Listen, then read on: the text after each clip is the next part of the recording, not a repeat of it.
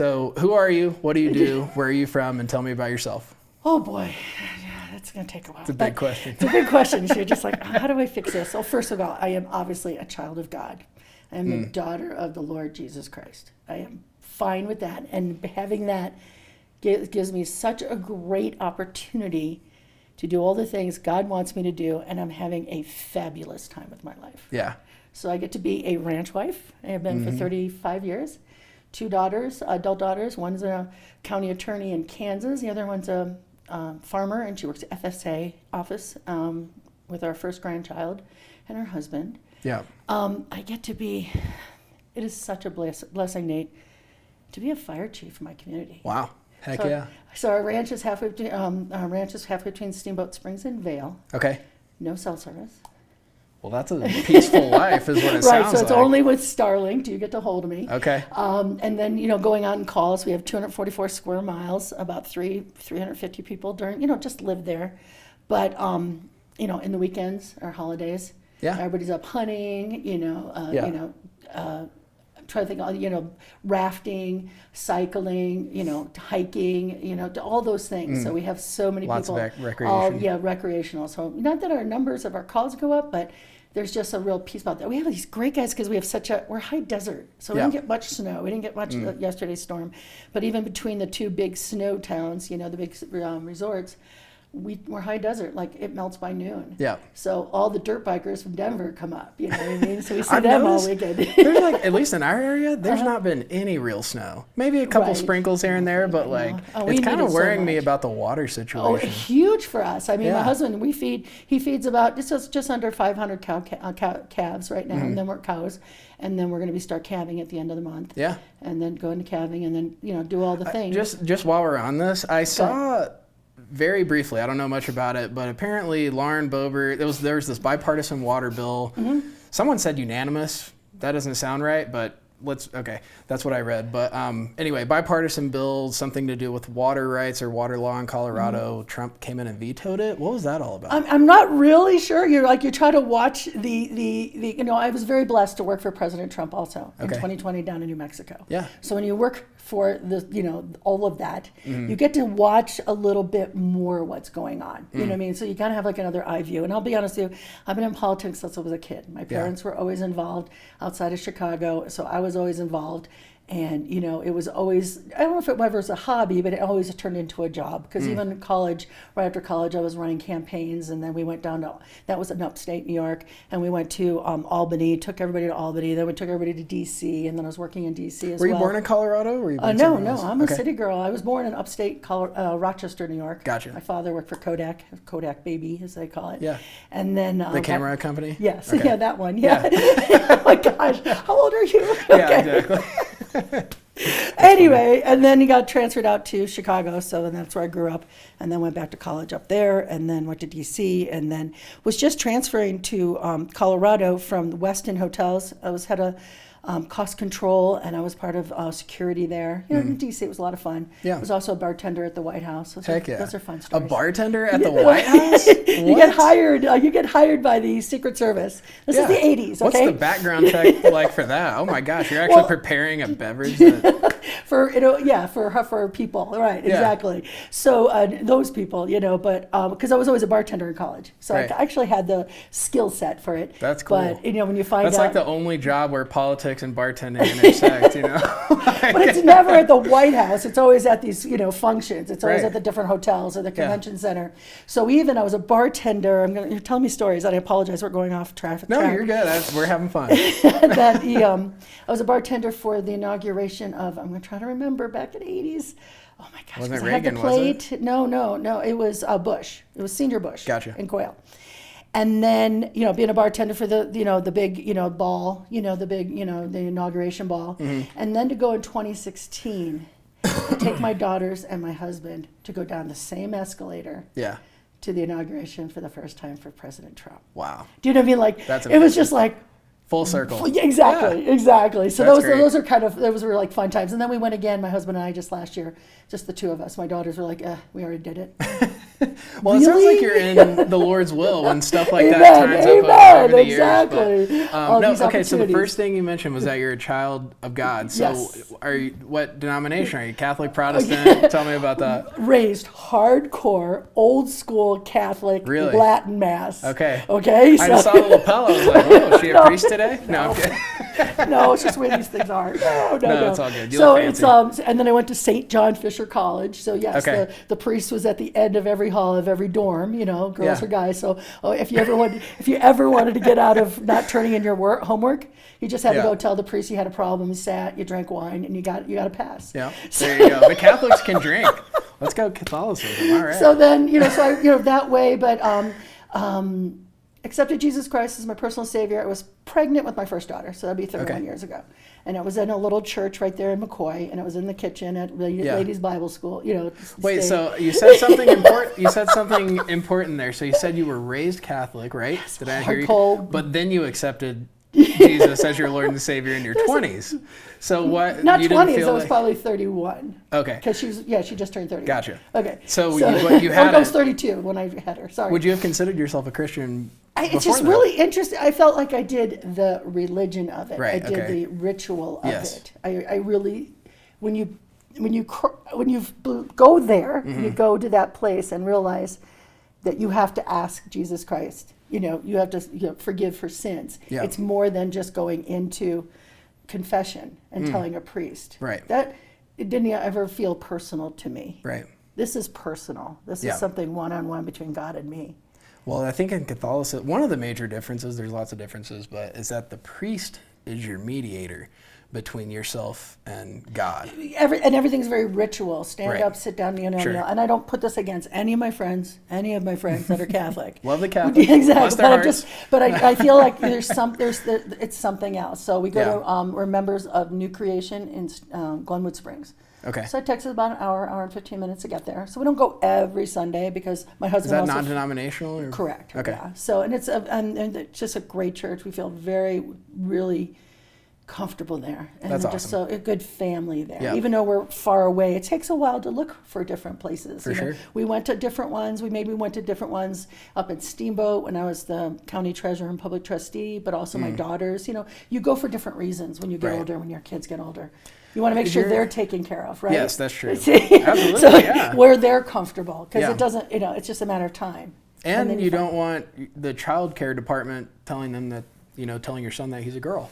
So that kind of stuff matters too, That's a different role for us. I was going to ask, how do you feel about pastors who, it's hard because I feel like politics and morality does overlap quite a bit, but at your church, is it ever political, or is it very comfortable? Very comfortable talking about it. As I was getting to know them and coming, it was also because I was bringing Truth and Liberty's big sheets. Those voter guides. How everybody believes on whatever issue. Whatever questions they had. Yeah. And that was able to plop that in the front hallway, and everybody to grab one, and the preacher, and our preacher saying that, Pastor Mark Baniff, but for him to be able, and his wife Tasha, to say, go make sure you pick up one. Yep. Make sure you do voting. And then it was very comfortable, me bringing all the petitions in and saying, Brita's outside with some other ladies, make sure you sign all the petitions on the way out. That's great. So I think I like that. Do you know what I mean? Because you're right, because we walked away from one, and no names, but ones that were more local to us. But even when I was working for the Trump campaign, we had every Monday where you'd have, everybody was from all over the country. We all came in or from, New Mexico. And they're like, could you have your preacher call in, to our Monday morning Zoom and pray for us? So then it was my turn. So I called that church, nameless. And they're like, oh, no, we can't do that. And I'm like, why not? This is 2015 when 2019, when he is our president. And they're like, oh no, we can't do that. They wouldn't let you pray? For the president? They wouldn't come online to pray for us, working, for the campaign in New Mexico, just to be online, because everything was, then was Zoom with COVID. But that seems not biblical. I was like, what are you guys talking about? And I'm like, he is our president right now. Oh, we can't cross over, can't do this, can't do that. Yeah. And I'm just like, oh, maybe we're not in the right place. And I was able to call a friend who's a pastor down in Colorado Springs. And he's and you are supposed to pray for those in authority over you. Exactly. Even if they're a Democrat, by the way. Right, exactly. Yeah. Exactly. And this is where we were in 15 for, no, excuse 19, me. 19. 19. Yeah. I apologize. No, you're good. Too many elections. I apologize. That's all you're thinking about, probably. No kidding. Yeah. Okay, so I saw, by the way, you forgot to mention that you're actually the chair of the Republican Party in the state of Colorado. That's minor details here. But elected on March 29th. Yep. April 1st was my first day. Wow. Heck yeah. And I'm sure it was much easier and less stressful than you were expecting, Oh, right? Absolutely not. Eat, breeze, no hiccups, just smooth sailing, right? No. I look back, and I think we were maybe a little bit more pie in the sky, but now it's just like, holy moly. Yeah. We've taken the last 9 months. It was just a clean slate. Everything was gone. Yeah. And you have to just rebuild and build the foundation. We put together 13 committees, the standing committees that you have in your bylaws, plus all the operational, plus I guess in the military they call them dogs and cats, all the different ones that we want to make sure we had cybersecurity, now because everything was just wiped out, 200 gigabytes gone. And so tell me about that. I'm not sure exactly what you're referring to. So back when I first started, I said every 30 days, 60 days, 90 days, I did an email. And it's just when you find out you go and to get into the Google documents, everything's missing. Everything was removed. From a previous administration? Correct. Okay. Was there evidence that they didn't want people to see about certain things? I don't know. You don't know what you can't see, but when you have to go start digging for things or asking people to help you, or, hey, did you get this email back last year so we can use that data going forward? Yeah. So there was a lot of that. We have evidence of, all the way down to the log of things that are missing. Wow. and who removed them. So we'll leave it there because I feel like we have more pieces to do to get into play for that. But it just shows you, like, how do you have a professional organization to be able to do this work? Like I said, now we are at 300 days to election. Yeah. 300 days today. Yeah. Has me out of breath. It had me out of breath when it was 380 days. You know what I mean? Sure. Like months ago, I hit the ground running, and like I said earlier, Devil's like, oh crud. Yeah. Good gravy. She's up, and we're gonna do it again. Well, I'm believing and I'm holding out hope, and I think there's a lot to be grateful for and a lot to look forward to. I do. Can I ask though, what kind of, if you don't mind me asking, what kind of situation did you inherit from the previous administration? Just absolutely said a blank slate. Yeah. And then also a lawsuit. I walked into a lawsuit that is putting us in debt. Okay. And the lawsuit was by the previous administration. What's the nature of the lawsuit? Okay, so it was against the previous chair and a whole bunch of us because we had a meeting in 2024 to follow the bylaws to the letter and to the law that we want to, have new leadership. And then when that happened, it happened for like 21 days and then back and forth. But there was an incurrence of $100,000 in debt. So that just administration, from legal fees. Just from legal fees. Wow. So then they said, okay, I'm going to go after you 5 or 6. I can't remember. I have to go through the list.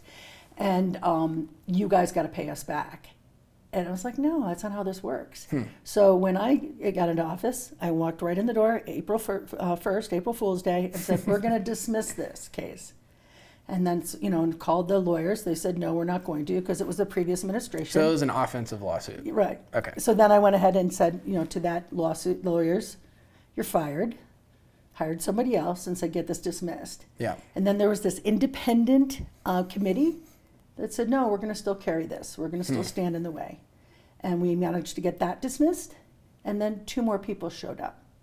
We are standing against this too. We want to keep this going. So it's totally dismissed now. Yeah. It's behind us. Well, that's good. And there's one more, we're waiting for the judge to decide who, if all the fees we have incurred, which is a little over $100,000, can we get those fees paid for by the people who lost? Yeah.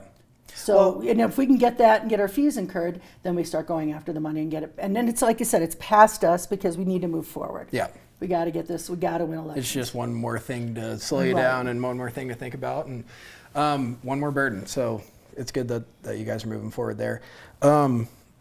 Okay, so what are some of the key differences? And then we can move forward and talk about other things. But what are how do you feel some of the key differences are between the previous administration, Mr. Dave Williams? And by the way, I don't want to throw any shade at him or disrespect him necessarily. I'm sure he made some mistakes, but he probably did some good things too. What would you say are some of the key differences between the... Not only key differences between the last administration, sure, and I'm going to say a couple of more too. Okay, sure. I mean, we can rattle them all off. Yeah. I saw, because I've been watching this for a long time, you know, like I said, been in the state since 1989 and always watched. I've always, you know, when people are saying like, I liked being treasurer, real quickly, you know, when I got elected treasurer in Routt County up in Steamboat and public trustee. And I like policy, I like those, but I'm a party girl.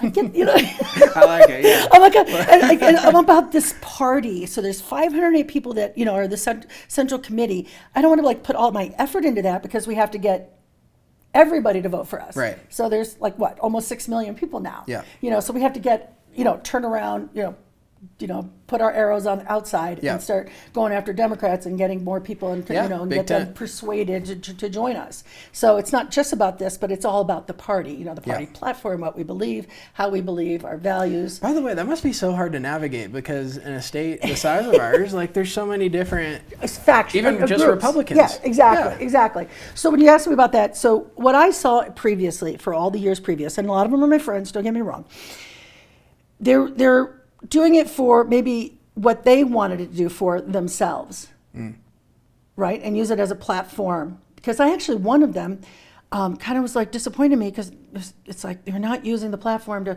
tell your statement or what you believe or, you know, pound in the podium. And I'm like, because that's not the job. Right. If you really look at the job, it's to do 3 things. And this is what I got elected on. Grow the party, elect more Republicans, and fundraise like crazy. Yeah. That's it. It's Win, in basically. the trenches. Yeah, Win. and do help everything you can to help the candidates Right. to win. Exactly. So when you see that, then that's what you do. You do the work. So my head's down. I'm in the trenches, just like I would do for, you know, you came out and you want to be a firefighter, and we got to go to a, some kind of structure fire. Yeah. I want to be dragging the hose with you. I might not be in the sure. front. I might be behind you, you know, but we're going to go drag the hose and put the Yeah. fire out. Let's Well, get the work done. Yes. So 100%. so I don't have that agenda. Yeah. Of a personal agenda. I don't have that. You know, it's like, what are you going to do next? I'm like, sleep? Yeah. You know? Well, I think Republicans in Colorado have become accustomed to losing. And I think it's like, at least for a while, maybe this last year feels a little different. I certainly have been somebody who's like, I just absolutely hate the mentality, well, it's a blue state and there's nothing we can do. And I'm like, shut up. Then why are you here? Go home. Right, exactly. And go cry in a corner or something. Like, get out of the way so people who actually can do something can do something. But yeah, I just hate that mentality. So I at least appreciate, you know, that kind of attitude that you're bringing to the office. And by the way, Hunter Rivera, I'm sure you're familiar with Hunter. I don't know what his role or involvement has been with you or at the state level so far, but I mean, that kid has a lot of potential. Oh, huge. Very intelligent, very, you know, motivated, disciplined, understands it, learning it, because he's down at the State House too. But he's also on our executive team. He was one of the first people I wanted on the team. So, you know, absolutely, don't get me wrong. So when you have that, and then there's like 30 plus more young Republicans, I mean, they haven't been turning point as much as young Republicans. They're on this state central committee, and they're making these decisions, and I want them to come. We need the new generation. Like I said this to someone else, and I apologize for not remembering, and I think we were just agreeing maybe over the phone. I think we were, a gentleman in Douglas County. No, you guys aren't your generation. I'm going to say millennial. I think I'm at the very tail end, like maybe first year of Gen Z, somewhere in there. Or Gen Z. Okay, so there you go. You guys are very conservative in nature, but you're not raised by the party like we all were. Okay? What do you mean by that? Like, you stood by the party, thick or thin, for whoever the candidate was, whoever was the pick. Gotcha. And then time has changed, and then more people coming in. Remember, you know,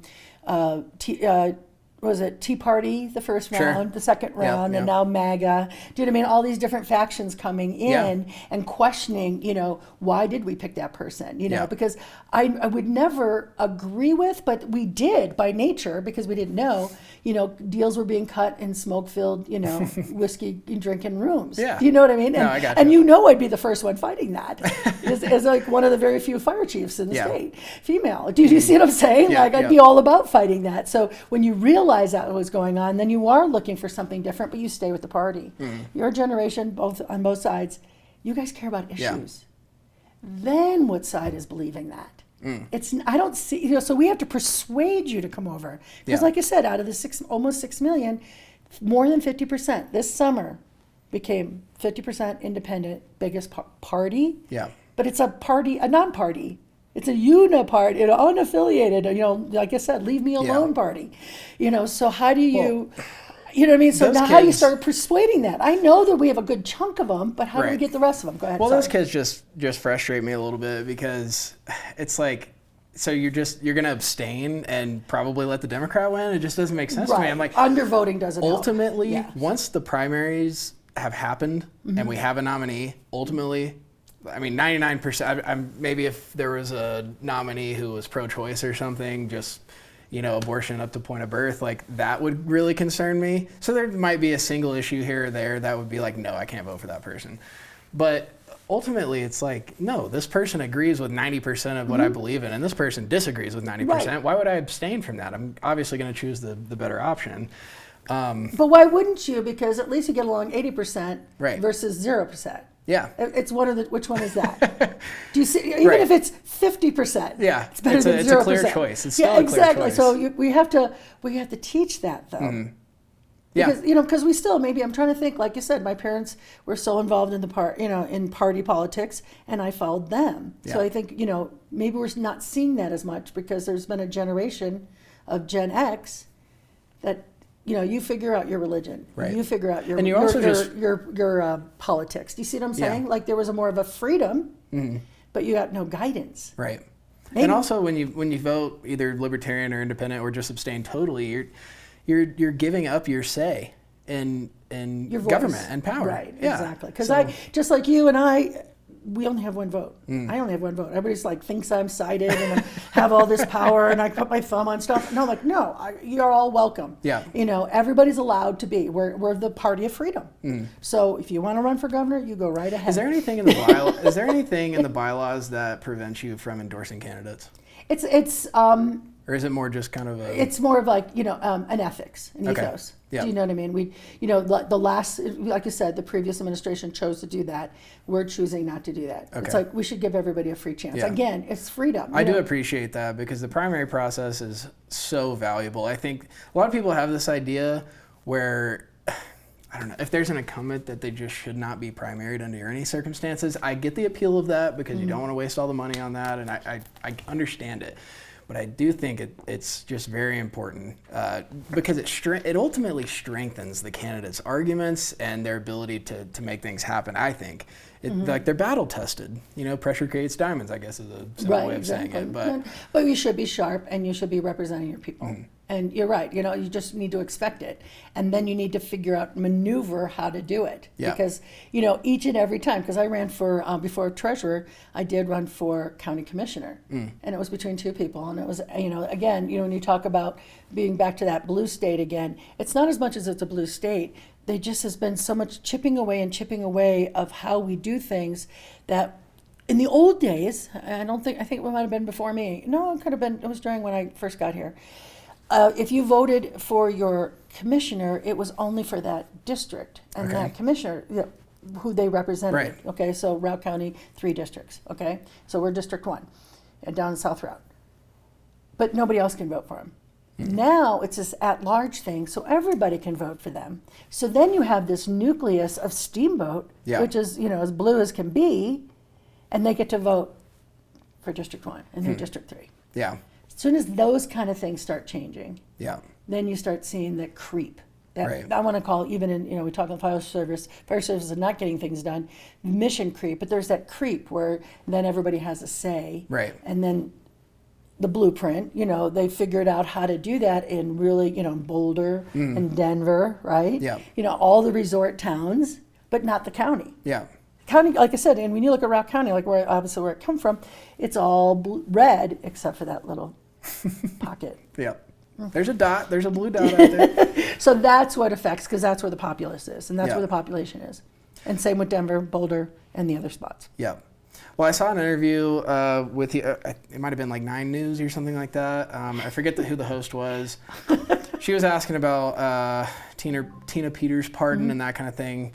But just on the election stuff and the blueprint, just is there anything that you can do in your current position to ensure a fair and honest and transparent election process, or is that not totally in your purview? No, it's not that it's in our purview. We have to have eyes on it. We got to keep an eye and see what's going on. And I support anybody, whether it's from the Colorado or the DOJ or anybody, because that comes in and helps. Because Judicial Watch came in 4 years ago and sued the Secretary of State and saying we need to see the books, we need to see the the lists, you need to see all the voters, because there's so many voters that shouldn't be on there because they've moved, they've passed away, whatever, and so they shouldn't be on there. And so they got it to a point where through this she lost, Jenna Griswold had to return and give an updated list that these things are getting cleaned up. Okay. And so we have to keep pressure on that to make sure that happens. Yeah, for sure. And I think that happens at everywhere, but there's all those places that do that, because back to when I ran for treasurer, my second term, I remember going to Condo Land in Steamboat, and that's where, especially a lot of college kids, a lot of people there just, seasonal, and you walk in, how they have all the, mailboxes on the wall, in the lobby, and ballots everywhere. Yeah. Because they're just throwing them out, and they're on the shelf, and they're in the windowsill, and I'm grabbing them all because these are like, hot ballots, they're right? Precious, right? and they're just, those people are gone. They've moved, so they threw it out of the, the new person's, mailbox, PO box, and so I picked them up and I put a rubber band around them and I took them back to the, to the clerk, going, these people don't exist. Like, why are we sending out these ballots if they're not here? So there's that work to be done, but you can do it all at the county level. But then the rules were changed up in the Secretary of State where she can just revert it. She doesn't have to do it. So as hard as Republicans or Democrat, clerks and recorders do, it can be returned back. So we have to put more pressure on it. Yeah. We got to make sure that, the mail-in ballot has been the most difficult. Yeah. It's been the most difficult for when everybody had to go and vote. And we always shipped cows on Election Day. It was just November, whatever. It was always that Tuesday. And I remember we would stop, and my husband and I would run up to the next town where we could vote, and then come back. Yeah. So there was, for busy people that are busy at that time, it actually was like, okay, mail in, that's pretty cool. Right. We could turn it in. Yeah. And we raised our daughters, they would get the blue book, they would get all these other, pamphlets, and get all the mail. And we would vote in front of our daughters and discuss all the issues. Sure. I mean, that's how I got them to be pretty much political animals. Yeah. And watch us, because I'm like, okay, are we going to cancel each other out? Are we going to disagree? Or are we going to agree? My husband was always an independent from the very beginning. And I always asked him before, like you say, why he become a Republican. Well, he became a Republican so he could vote for his wife in the primary. But anyway, when he was an independent, I go, why are you, voting for, being an independent? And he goes, as a rancher, he's like, because both sides screw us. And he's not wrong. Yeah. Do you see what I'm saying? Yeah, so, it's just like it was his way, but now, like I said. Yeah. Well, no, I mean, there's definitely some benefits to mail-in ballots. Okay, in theory, exactly. In theory, it's possible to have a high integrity election with mail-in ballots. Yes, it's possible. There has to be really strict oversight, though. And there has to be enforcement mechanisms where, if you call someone out on cheating or something, that it can't be like you're labeled a conspiracy theorist and you're, how dare he question the election? Oh my gosh, he questioned the election. Aren't we supposed to question elections? Isn't that the way that you keep them, legitimate? Right. And like you have to be allowed to ask questions. Right, and you should be able to have those oversights. So that's what we were sold. Yeah. Okay, so that's, so it sounded like a good idea, not seeing how it could be mishandled like it is now. I don't disagree with that. There's a lot of problems with all these mail-in ballots and all these signatures, and we're doing the best we can. So like back in 24, when we wanted to make sure Dan Woog and Ryan Gonzalez up in Weld County, and obviously Congressman Gabe Evans, we were doing what they call curing ballots. Yeah. And in 2 counties alone, like Adams and Weld, 40,000 ballots needed to be cured. I mean, Democrat, Independent, and Republican. Yeah. And we needed those votes. Yeah. So we had like less than 10 days to make phone calls, leave a text, make phone calls again, text again, and then turn that information back. And I was part of all that and crunching all those numbers, giving it back to the candidate to knock on the door saying, you really need to do this.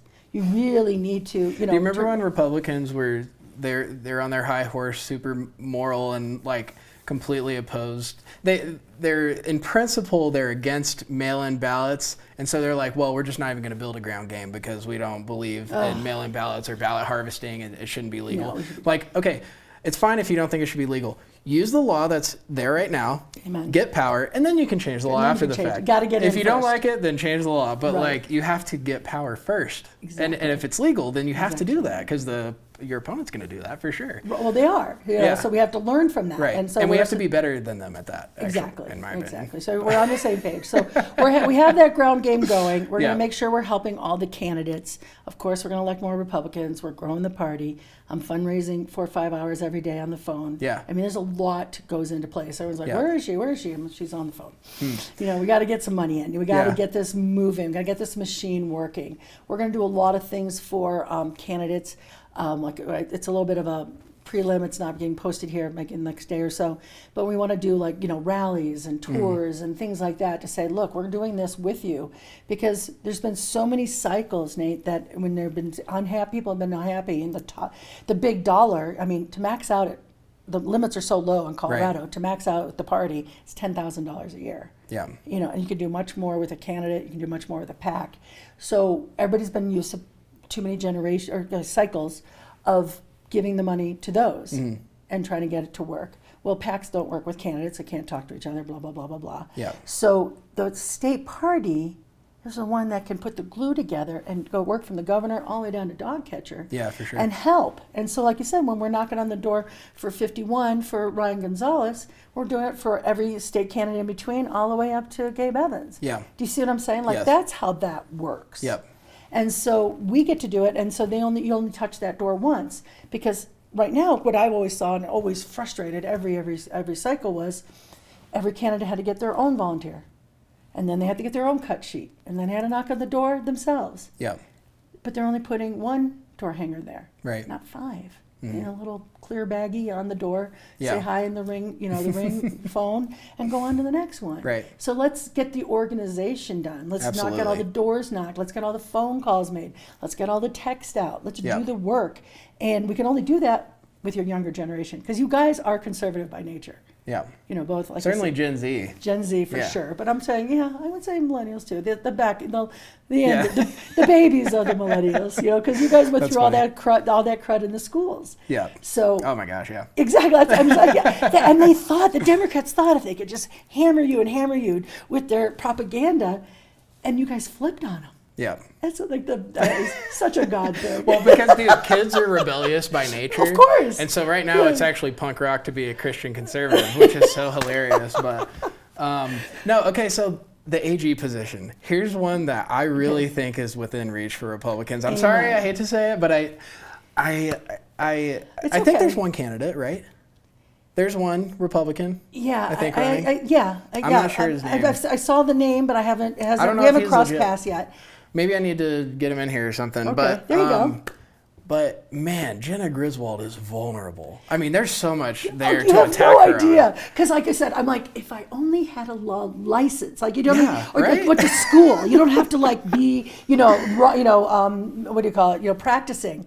Right. It would be the best thing ever to run against that. I took my LSAT test, but I still have 3 or 4 years before I'm an attorney. Okay, so you got to do that. But hey, I can't tell you, but in a couple of days we'll hear something else. Okay. So I don't disagree with that, and I'm going to say the other ones. We've got to be able to have hope that we can do it. For sure. And if you have the right person with the right the background, and have the following, when you're just watching everybody just hungry to be a part of something, and that's what I'm saying about community and family. If we can build that and have our offices, so the plan is to, with this, the RNC, from the very beginning, back in April, is they're like, hey, we really want to make sure you have offices in 3, 4, 5, and 8, the CDs, right? Okay. So that's across the state. That's the 4 Republicans, and we want to keep them Republican. Yeah, for being sure. very clear.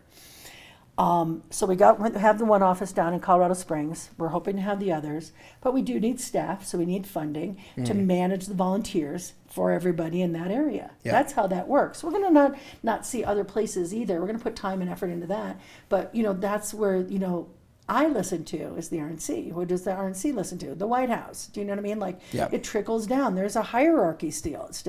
I still have, I don't say I have bosses because the bosses are, Colorado voters and the Republicans that wanted me to be in this position. Yet I have to listen to because that's where the money's going to come too. There's going to be some money coming from, if we have a really good candidate for, it's called Republican Governors Association, RGA. Okay. There's the NRCC, and that's a national organization. Okay. There's the National Republican Congressional Committee, NRCC, NRSC, Senate Committee. Gotcha. Those are all those national groups that, like, if we have a viable candidate, they're coming. Yeah. And the RNC is coming. They promised us because right away now CD8 is the number one most contested race. The one that's not just contested, but the number one congressional seat we need to save. Yeah. And it's going to be $100 million race. Yeah. And they're coming. And so we're having some cavalry come, Maybe for the other ones, maybe not as much, but I'm trying to say is like we have to still work together when they get here. Absolutely. And we want to make sure we do. And I did want to slightly amend what I was saying earlier about primaries. I think if it's a really close district like that, let the guy cook. Let the guy cook. That's what the kids say. Okay. I'm trying to understand your terminology. But like let him go. Yeah, let him go. Yeah. Okay, so, Gabe Evans won that district. That's a district that not a lot of Republicans had a lot of hope for, and he pulled it off. And it's like, I don't know, maybe just leave him alone. And listen, if you disagree with a couple of policy things here and there, like, get over it. I don't know. Just so maybe you're more party than you are. Yeah, but it doesn't. I can't not say right because it's your right. And we're about freedom, and you have the right to do it. Yeah. So as soon as you start seeing that there's a primary, then I have to back off and not. Like I said. I'll speak for myself that I think just leave him alone and don't like. I don't know. Just I think Gabe Evans, just leave him there, and if you disagree with some things, then talk with him or talk to people around him and try to influence some stuff. But like, come on, that's a congressional seat that we did not think we were gonna have. Okay, just let him cook. Hashtag let him cook. All right, I'm done with that. All right. So, what are some of your kind of priorities? So obviously CD8. I think like 3, 4, 5, and 8. Yeah. So those are, we definitely want to hold them. And we also want to do state seats because you're right. National isn't really going to be like, well, what is it? Is it plus 11? Is it plus 10? Meaning, Democrat D, meaning, the percentage of more Democrat than Republican. But now I'm starting to hear numbers. That was when I was first started in April. And now I'm hearing suffers. It's more like plus 4, plus 5. And you're not wrong on some of these races. Anybody that's going to be able to win the primary in AG, it's going to be plus 4, plus 5 R because everybody's fed up. Wow. See what I'm saying? So wait, say that again? I might have misunderstood you. There's no official polling, but we're starting to see that the AG, we have a good candidate. Yeah. It's ours. It's for us because against. That makes me so happy. To be I've been against. saying that for months. I'm just going to say that. But to be against, Jenna Griswold. I mean, she's just. I mean, him, and then also with Phil Weiser. I mean, 46 times he's already sued the President Trump with our dime. Yeah. Like how does that that real? work? 46 times. I mean, it just. I saw that. How you just read everything, but it's just constant, always fighting him, and it's like enough's enough. He's our president. We have 2 more years with him after this, or 3 more years. Do you think Polis is going to run for president? Not. You mean next time? Sure. Yeah. I don't doubt it. That's always been on his radar. Yeah. I remember, I'm going back many years when he started governor, that there was like, somebody found the website that said Polis for president. You know what I mean? Like, he saved it a long time ago. He's been planning. So I mean, and maybe that's folklore, maybe that's social media, but I remember that and we were like, what? Yeah. We don't want him as governor. What do you mean? Yeah. Because he has been no help and no friend to ag. Yeah. 100 ranchers. I mean, when they first dropped those wolves, that was literally our ranch backyard in Radium. And then when they got this last time, that one it's collared, 2403, that's already, taken down a whole bunch of our friends, cows in Grand County. Yeah. And it runs to New Mexico. They grab it and bring it back and drop them right in our backyard again. You're like, stop it. Yeah. And that's just been a mess. And that's another thing that might have had a nice idea, but now we're in millions of dollars of depredation for ranchers to get their money back, and there's no money. Yeah, there's wolves in Larimer County. A lot of people don't know that. That's right. Yeah, they're going to be everywhere. Exactly. Yeah. Well, they do because they multiply. They have pups. Yeah. Lots of pups. Yeah. No, we should put them in Denver, Vail, Steamboat. Well, that's where we should put them. And I think as ranchers, like I said, as a rancher the last 35 years, I really I'm empathetic and feel bad about these wolves. They're not thriving. They're not doing well. They're looking, another one, I can't remember its collared number, but I guess she's gone 6,000 miles. She's gone to Utah and then down to New Mexico. Oh, wow. They travel a lot. Because they're trying to find home. Yeah. This is so unfair to them. And they're not doing well. They're not thriving like they're supposed to. Yeah. Because they're just being pulled from all these different places. Yeah. And my understanding is that the wolves that they brought here were ones that were nuisance wolves in other states. And that was supposed to not happen. Right. Yeah. And then the ones that came from Canada, there was supposedly this ruling you can't bring animals, like even a zoo elephant, across country lines without 6 months worth of paperwork. Yeah. And here they are. Yeah. Well, it's just the worst. It's like the worst planning ever. First of all, I shouldn't have done it in the first place. Yeah. But it's like you picked the worst wolves. You were bringing the worst wolves in, and those are the genes that are going to reproduce, and you can't shoot them if they're a problem. So it's just like every worst possible thing that you could have done with wolf reintroduction is what they did. Right. So yeah, pretty disappointed about that whole thing. If you could shoot them, if there was like a hunting season for them and you could actually collect revenue from that and protect other species, might make sense a little bit. But right now it's just terrible. Turned into politics. But yeah.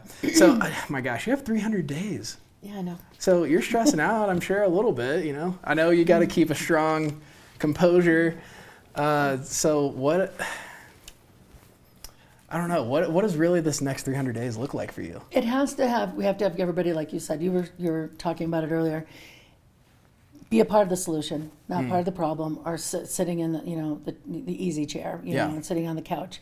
We had so many people, it's like this thick. Anybody who calls, I actually, gets forwarded to me, it goes to an answer machine, but it gets forwarded to me and I make the call back to them. Yeah. I'm like hands-on, new people coming in. And right after Charlie Kirk's murder, nonstop. It was a dozen plus a day. Yeah. And so I got a hold of all of them and talked to them and listened to them one-on-one and saying, well, where are you? What county are you in? What do you believe? What do you want to help? You want to help with the county? You want to help with the candidate? You want to help with an issue? And I would manage them and get them to go to somewhere else. Yep. And then I would check 25 These are volunteers and donors. Yeah, people that just want to get involved. And so then I would connect them with somebody, and then 24 hours later I would call that person saying, did you get a hold of them? Or did you get them engaged? Because really when people are ready to work, let's get them to work. Yeah. And so then there was one group of kids up in Boulder, and it was I'm pretty sure Turning Point group, and they just started at the college. And they're like, well, we can have a lot of tech work. We can do a lot of tech work. Well, I found somebody in Commerce City that was running for city council, and she needed a lot of tech work help. Yeah. They were so happy. But connecting the two, and they never had to meet. That's a skill in and of itself, by the way. To manage that, and that's where because like I said, I've been a volunteer fire chief for the last 17, 18 years, but I'm in the fire service 24 years. We started the fire department because it was over 9/11 and we didn't have one. Yeah. And we realized Vail's really far away and Steamboat's even farther. Yeah. I mean, you were on your own out there. Okay, you're in a perfect position to answer this question. So, what about the way that we approach forest fires and preventative maintenance, by the way, I feel like that's a thing that we could do. Oh, imagine that. But what are some things that we can do? Oh, how about if we do, like you say, fire, forest management? Yeah. So I've watched it go full circle. So when I first started, first married into the ranching family and getting on a horse that, the saddle had a horn because I was an English writer. So I'm like, what the heck is this? We'd go look for cows up in the mountains, and I'd see all these little plastic, kind of Dixie cups, plastic ones on the ground. I'm like, my husband, I'm like, what is that? And he goes, oh, the Forest Service is reseeding because I just went through and, logged. Okay. And so they're these are reseeding the trees. or Yeah, what? exactly, Okay. right? And then I go, but they're really close to each other. What are they going to do? And they're like, oh, they're supposed to come back and pull them out, thin them out. Yeah, that didn't happen. So there's where your conflagration happened, if that's the right word. I think I'm saying it wrong. Okay. Conflagration. I'm not sure. But it's just like all of a sudden you're just going to have this fire, just this, just this dense, of all these big trees. Now it's been 25, 34, 35 years, and there's all these dense trees on top of each other. We can't even get cows through it if they're fallen. Cows can't crawl through it. Now, sheep certainly can't. So what I'm trying to say is that there just hasn't been that forest management. So that's why we're here. You're saying the deadfall? Yes, get that exactly. out of there? And nobody can log anymore. All that's been stopped. Just like we can't use coal anymore. All these environmental reasons have affected our lives. So now, like you say, now we have high winds and no power because the electric company has been getting, hit so hard because if there's, if it's true or not, it's the power line. Right. It's hitting all this deadfall. Yeah. Well, this is hitting all those dead trees all around. Well, yeah, I mean, that's certainly an issue. How do you just keep going back? Yeah. So, now we have to fight fire even differently in our community, how you do it, because even the state's getting involved, and they have all these planes. They need to go over it, because as you're crawling in to go see what's going on and carrying water, there's all these things now. It's changed.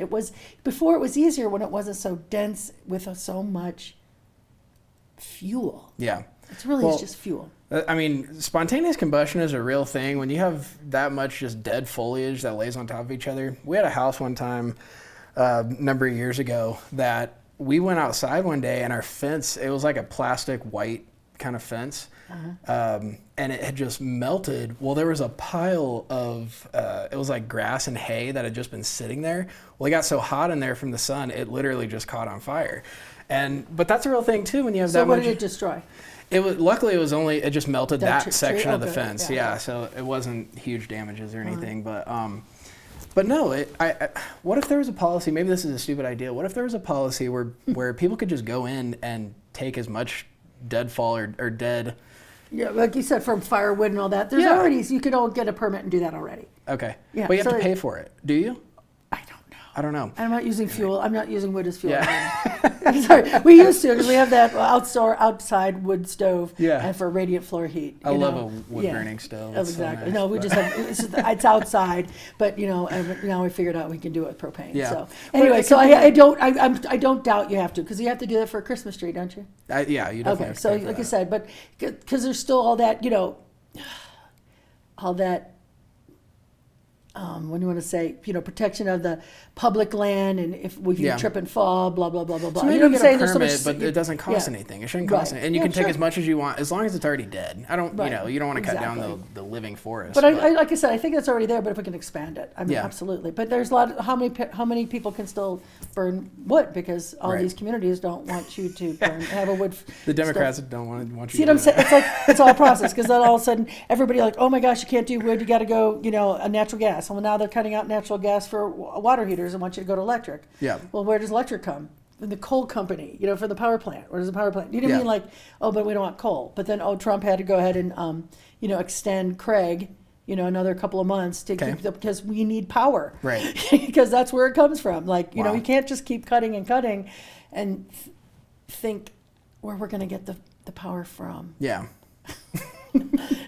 Using our brains might be useful in these situations. Yeah, but, so undoing them. So I look forward to the year. I look forward to the time when we can have all legislators, instead of bringing in 5 new bills every year, that they just have to remove 5 bills every year. Yeah.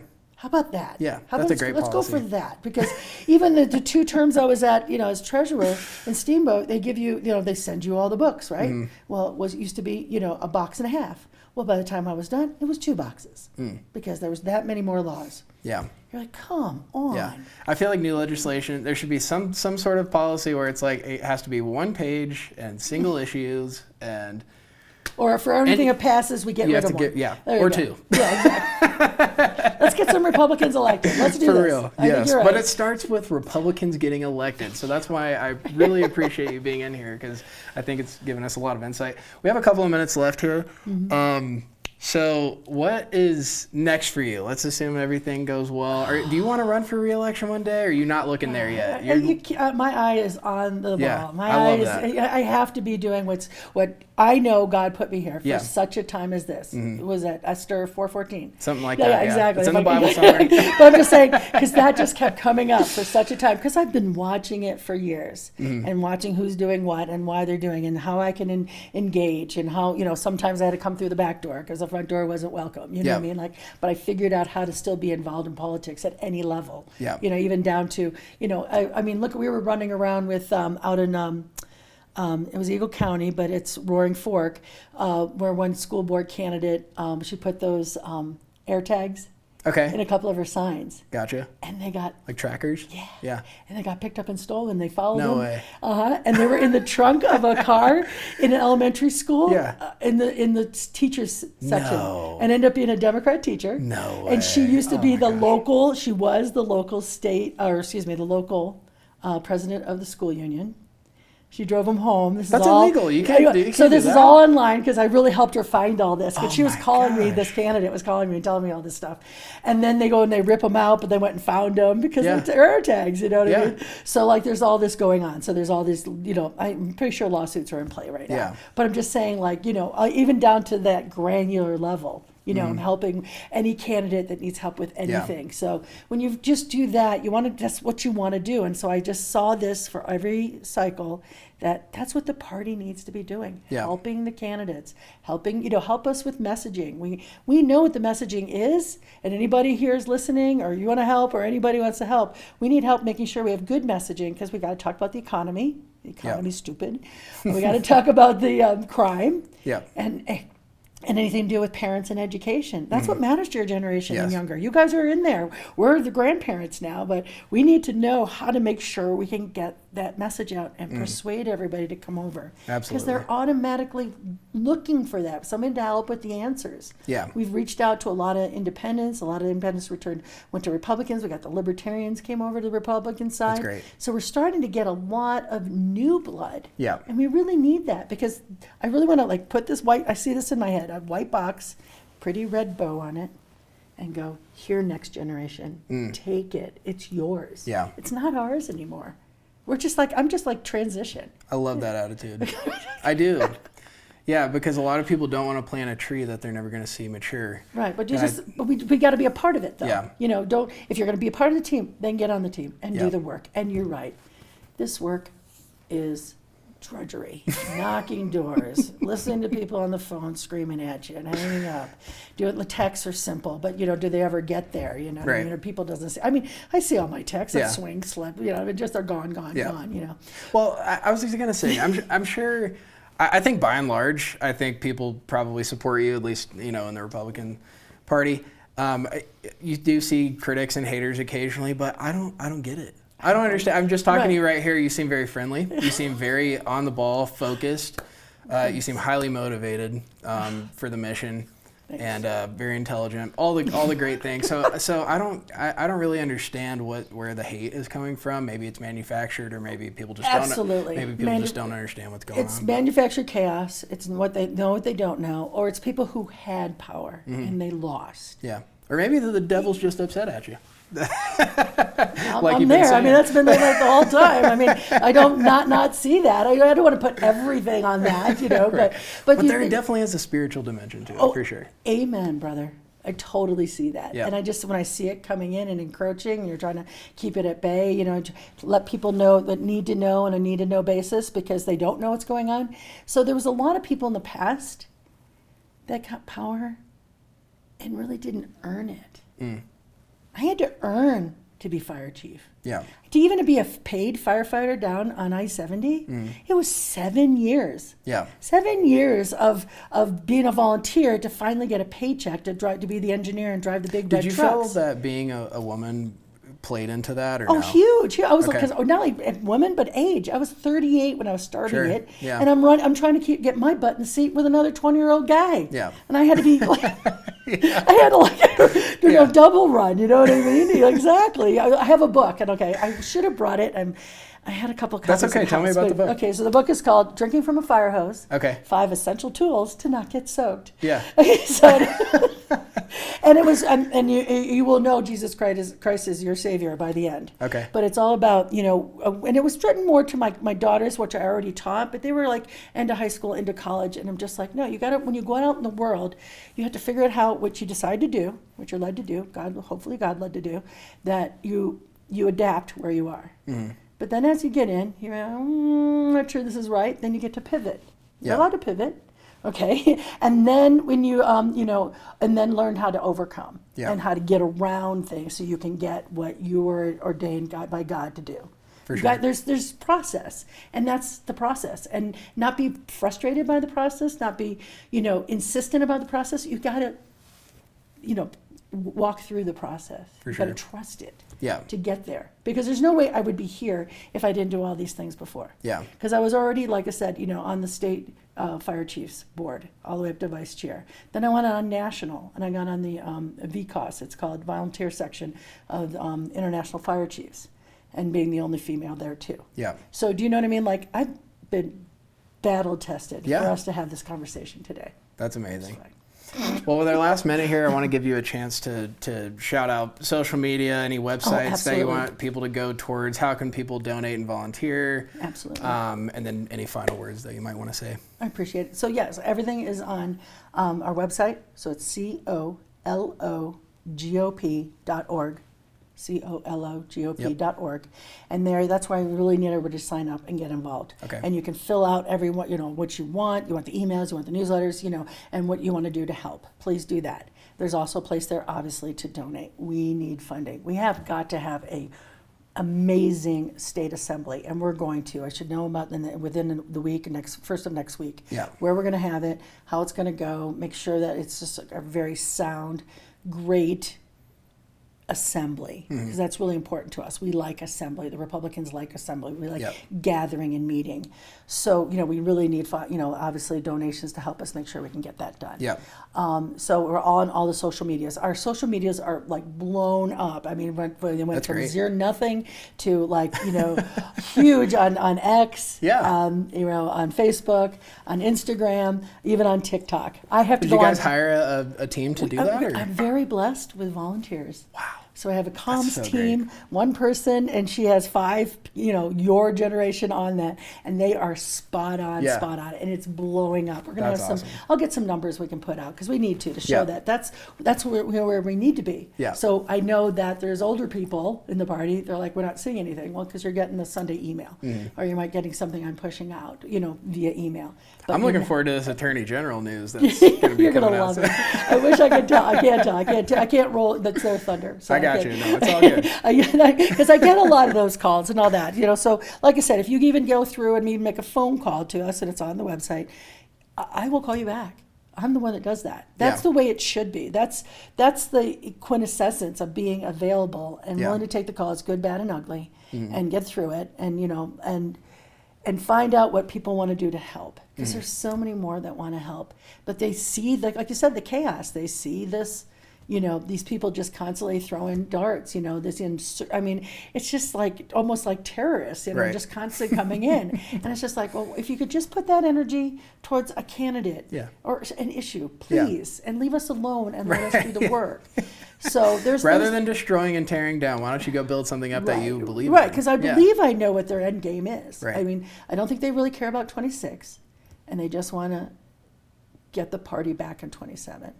And when you know somebody's end game, as I believe it, or a group, a small faction's end game, then you know exactly how you need to maneuver and get through. And you're right, we're pissing them off. Beautiful. Because we're getting it done. I really appreciate your time. Thank you so much for being here. I know it was a long journey to get here. But no worries. Happy to be here. Anyway, I got more things to do. Yep. We'll have to do it again one of these days. Thank you. Appreciate it.